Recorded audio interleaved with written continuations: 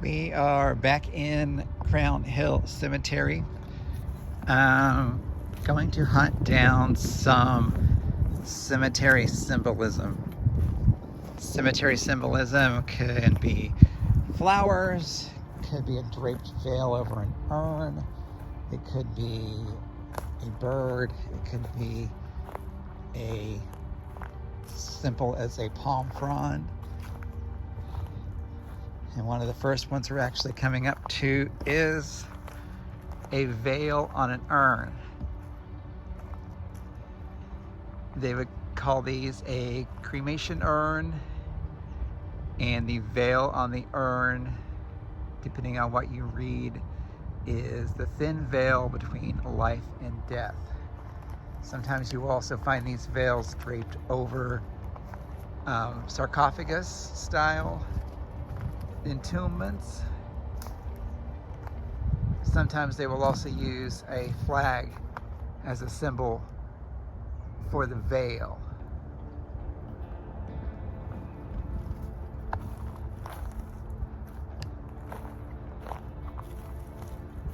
And down here we have a log style stone, the oak leaf. When you read about the oak leaf, it is longevity, long life.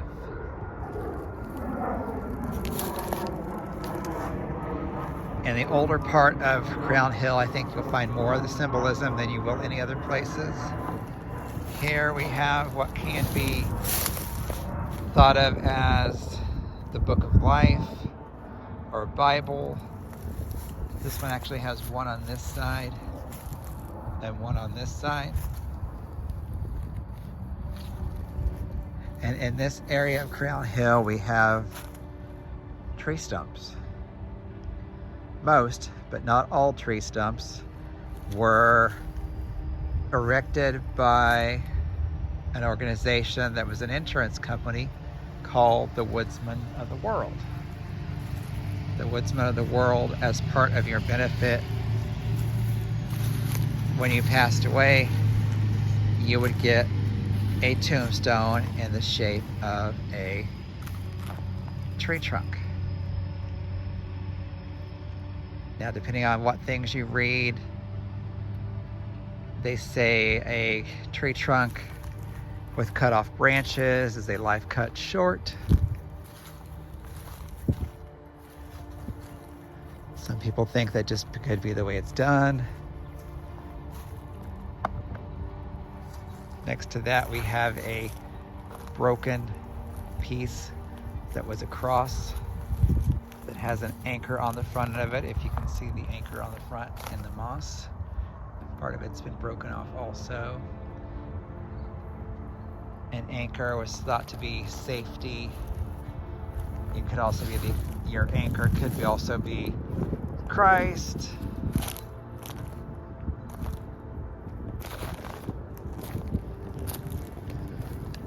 Recently, the folks of Crown Hill, in the past year or two, have cleaned a lot of stones. They know what they're doing. They have cleaned the stones properly, with proper equipment and proper care. I think I said in my first video, never clean a stone, especially if it doesn't belong to you. And if you don't know what you're doing, you can really mess things up. This is another Woodsman of the World that is actually one of my favorite ones. They cleaned this one last year. It's much brighter than it used to be. You can tell by this one that the person was probably a hunter, because you have a bag there. You have the hunting dog down here, and it looks like he has a pheasant or a quail or something in between his paws. Dog's poor little tail has been broke off and it's been propped up by a brick. You can also see on here that there is a firearm.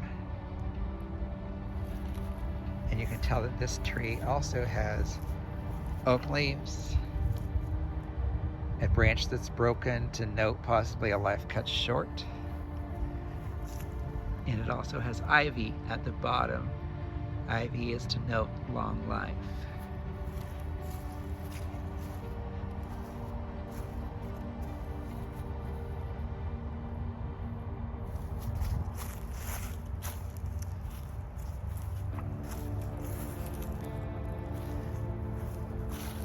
Sometimes while walking through cemeteries, it's kind of sad to see damage.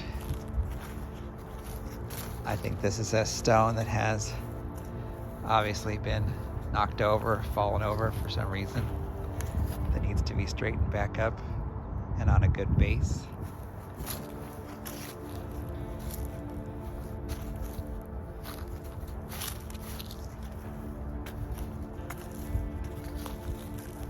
On here we have an obvious symbol, a cross.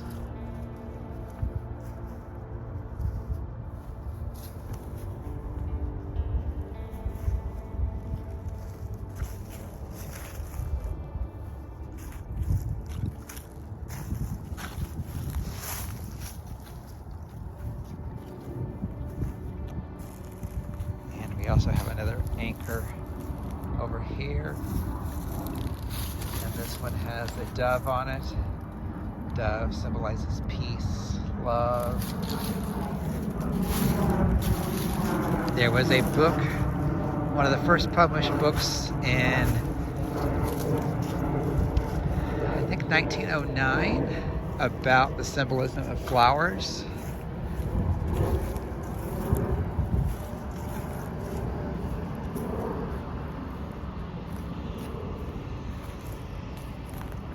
Another book was printed around 1917. A gentleman wrote under a pseudonym of a female about the language of flowers. So in the early 19th century, Victorian times, you will find a lot of flowers and different things on stones. Now, depending on what you like to believe, the flowers could be there because the person just happened to like that flower, or the flower could be there as a symbol, like a flower on a stone that's a rose that is unopened is a person that lost their life very young. A rose that's partially open is a person that has lived till maybe middle age. A rose that is completely full bloom is a person that has lived a long life.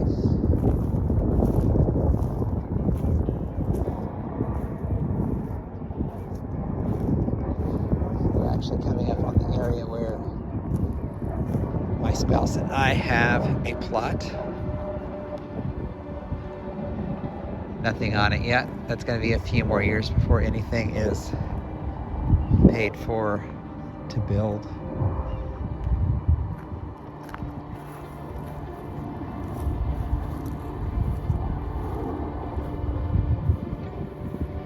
Crown Hill is great because it's also an arboretum. You can pick up a flyer at the office that will tell you what the trees are in different locations, and you can actually go on a nature hike. I like the stone because of the bird. When I was in Iceland, we saw lots of stones with little brass sparrows on them. And when I talked to somebody there, they said the sparrow noted that that person was loved and that person gets visited, which I thought was very sweet.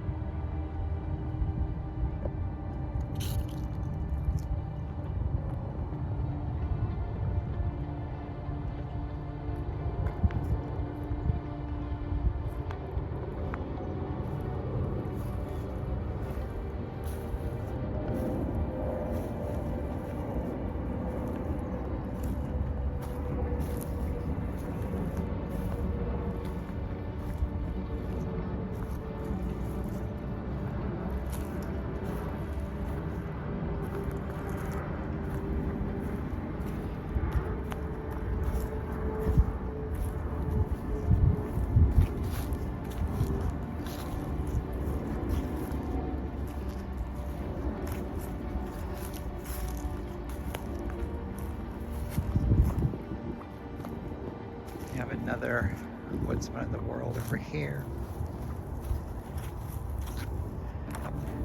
There are also numerous benches throughout Crown Hill that are shaped like trees and tree trunks. A lot of those have been broken over the years. In talking to somebody from Crown Hill, they are going to try to get some of those repaired.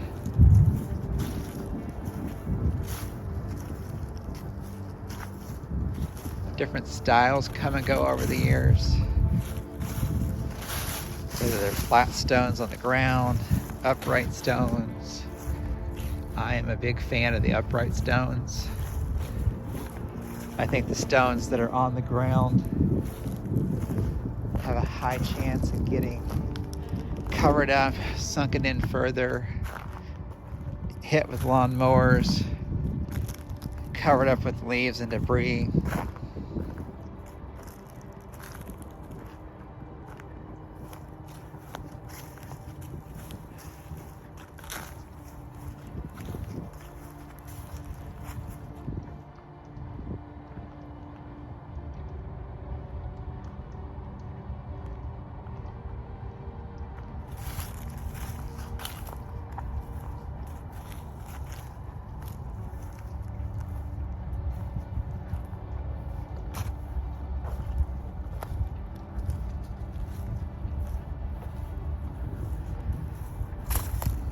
Another tree trunk.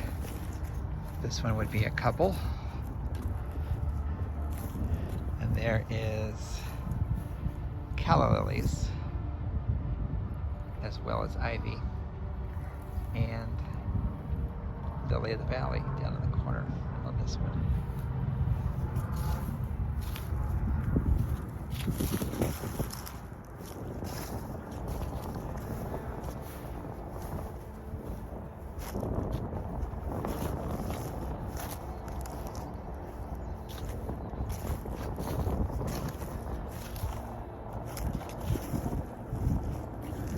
Here we have a draped veil with either the Book of Life or a Bible on it. Down here we have a man and woman shaking hands. This is presumed to be the couple shaking hands, or will be shaking hands in the afterlife. Depending on the time, the decade, the year, the cuffs of the man and the woman's shirt sleeves will actually change with the style of the times.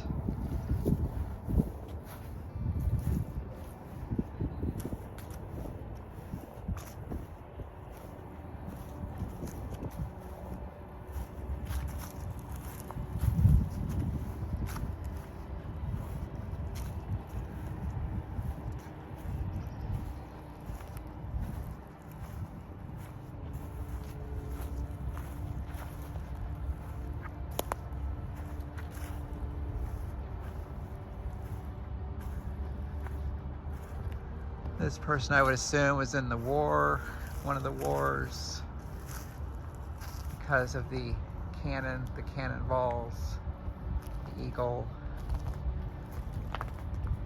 We also have calla lilies. We have lotus pods, ferns. There's calla lilies also, with the drape of, looks like the American flag on there.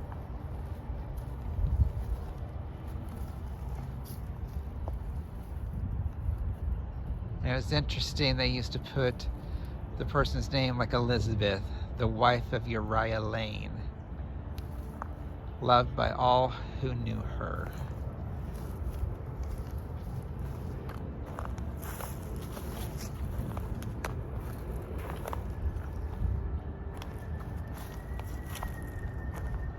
Another tree trunk. There's a lot of them in this area of Crown Hill. 1906. The anchor.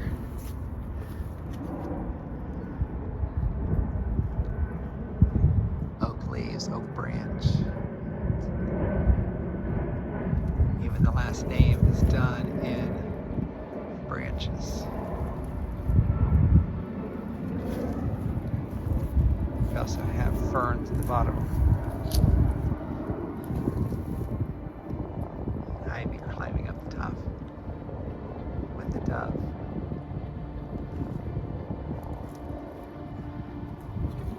This one looks to be stacked stone.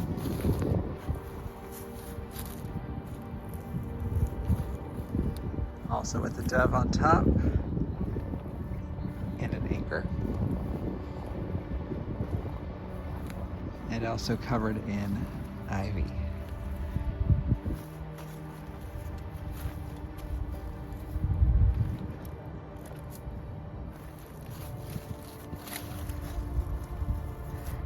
(1874, 1952).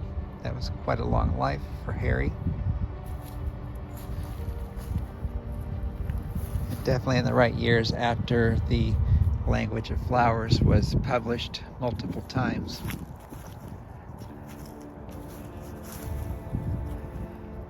There is a Confederate area here in Crown Hill.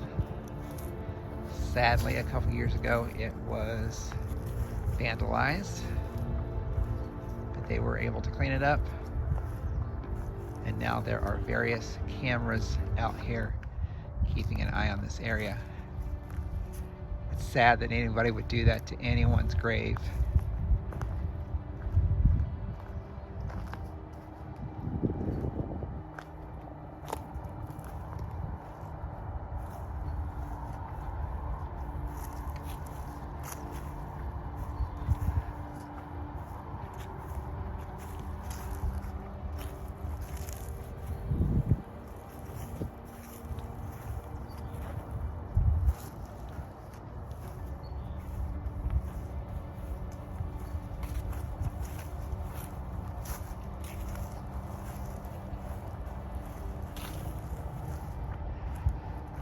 When we were buying our plot out here and planning our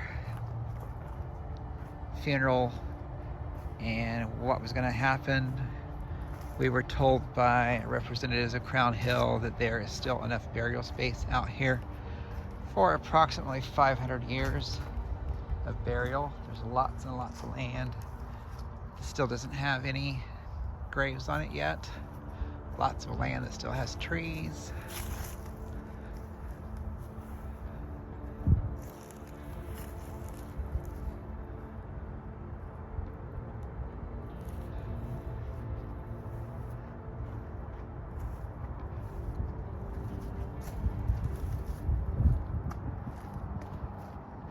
If a cemetery does become, I guess, defunct, no one's no longer taking care of the cemetery, it is supposed to revert back to the township that that cemetery is in, and the township's supposed to be taking care of the cemetery. Cemeteries can be dug up and moved, but there are certain laws regarding that. It has to be 100 years past the last burial in that cemetery. They're supposed to try to contact any family that they can before anything is done. And then once that's all done, remains are supposed to be respectfully removed and placed in another area. There are plots on the north side of 38th Street from where they've moved various cemeteries around Indianapolis over the years.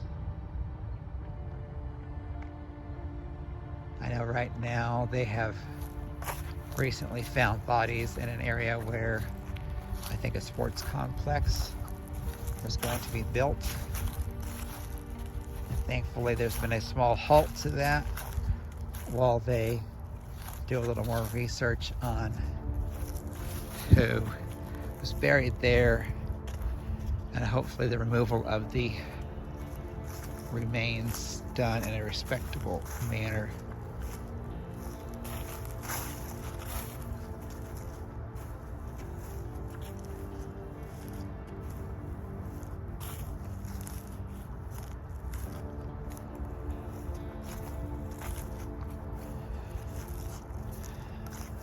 We were here on a tour last year.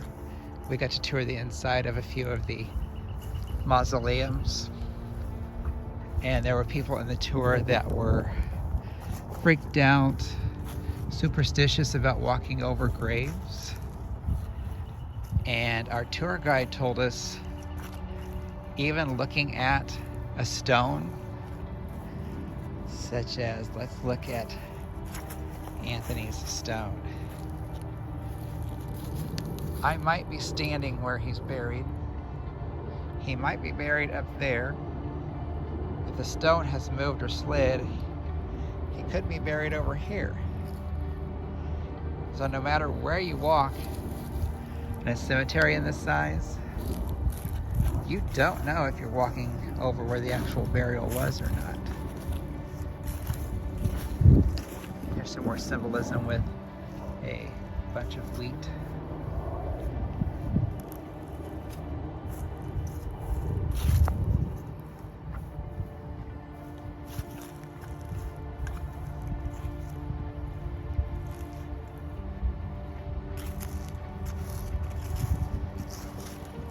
Small stone with a lamb on it. Most of the time you'll see this. That means that a child is buried here, but not always. As far as I can read this, they may have been 1 year old when they passed away, so this is definitely a child.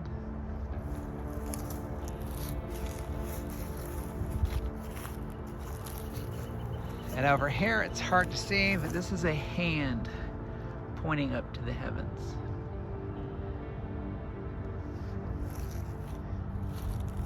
With the hopes that that person ascended.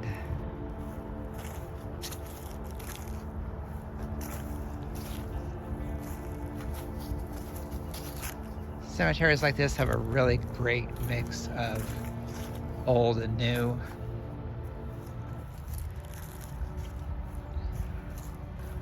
Very ornate cross, urn, ferns, lily of the valley, calla lilies. The anchor's been broke off in the corner.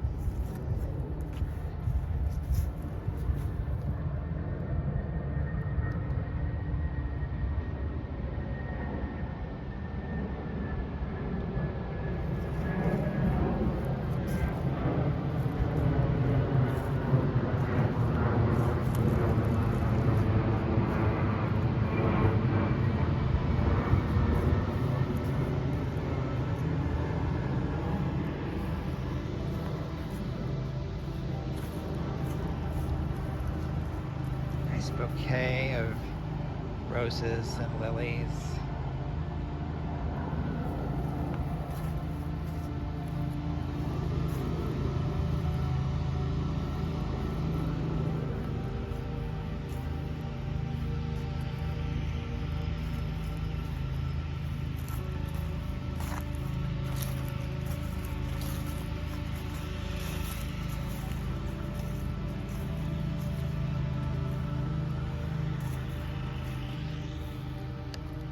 Symbol there would be the symbol of the Masons.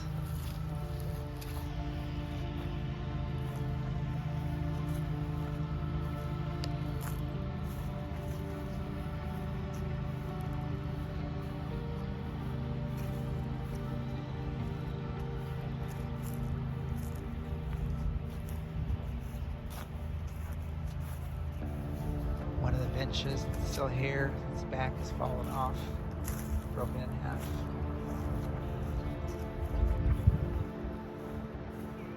The area across the street is newer monuments as opposed to the older monuments that are over here.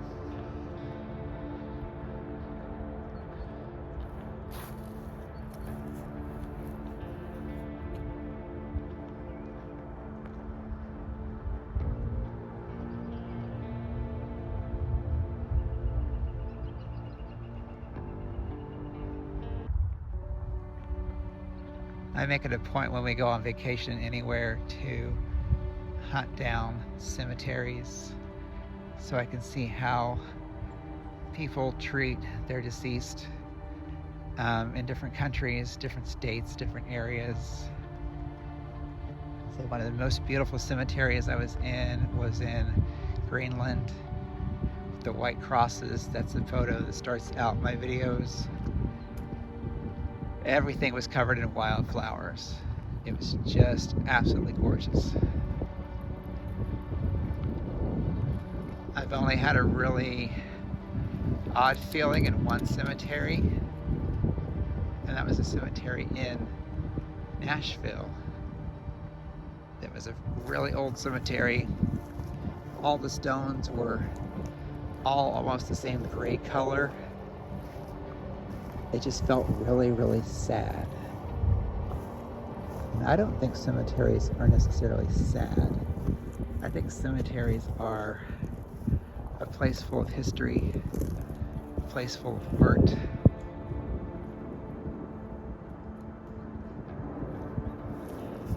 In another video, I will get into what the Victorians did in the cemetery.